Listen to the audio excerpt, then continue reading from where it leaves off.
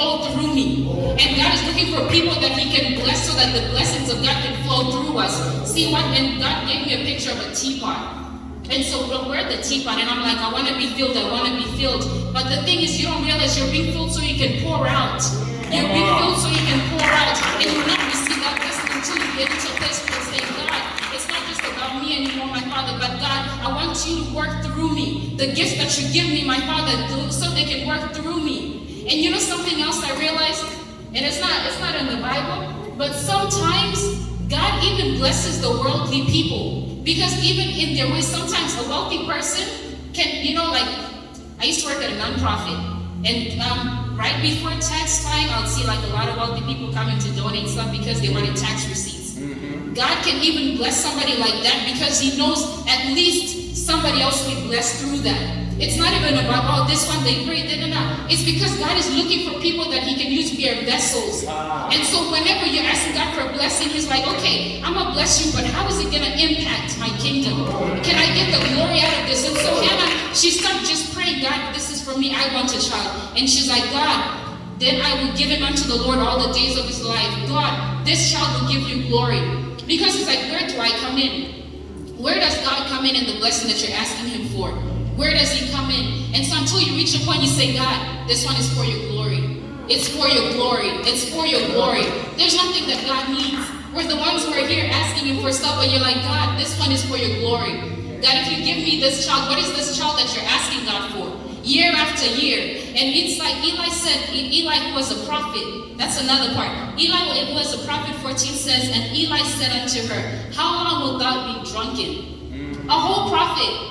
And that prophets hear from God, a whole prophet. See, sometimes it's like they don't even have that vision. Sometimes it's like the people in your family, those are the Eli's. How long will you continue praying for this?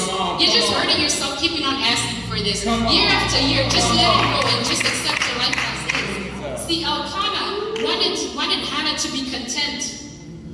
Wanted Hannah to be content. And that's why a lot of times we cling to people who make us comfortable. But what Hannah didn't realize is the Elkanahs in our lives, they soothe our barrenness. There is no blessing in a person who soothes your barrenness. I'd rather take a Penina who's going to make me cry, but at least she'll take me closer to the cross. Like I'd rather have Penina in my life because Penina will increase my relationship with God. Yeah. We stop clinging to Elkanahs who are just going to be like, he said, am I not better to thee than 10 sons? Am I not better to thee than 10 sons? He was trying to condition her to be content. Because he was content. And something I realized in that tradition in that time, after 10 years, if your wife cannot have a child, it was the custom that you take on another wife so that you can be fruitful and multiply. And so they were just doing biblical stuff. And so he already accepted this. And he loved her so much, he did not want to see her cry. And that's why he said he was trying to make her feel better. But see, Elkanah's going to make you content with not being fruitful. And we can't have that. Come on. So it says, 14, and Eli said unto her, how long will thou be drunken? See, sometimes when people look at you, and if they're not calling you crazy, you haven't prayed hard enough.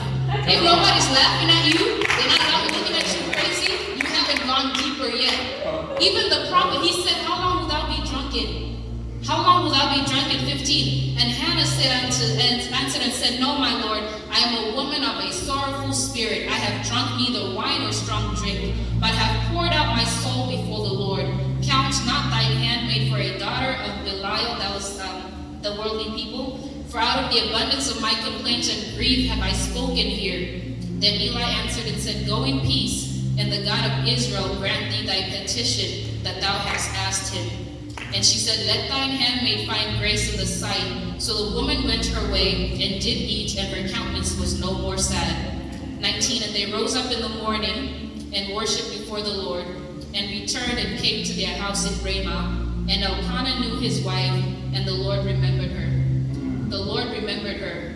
But it's because when we go back to verse 11, then I will give him unto the Lord all the days of his life.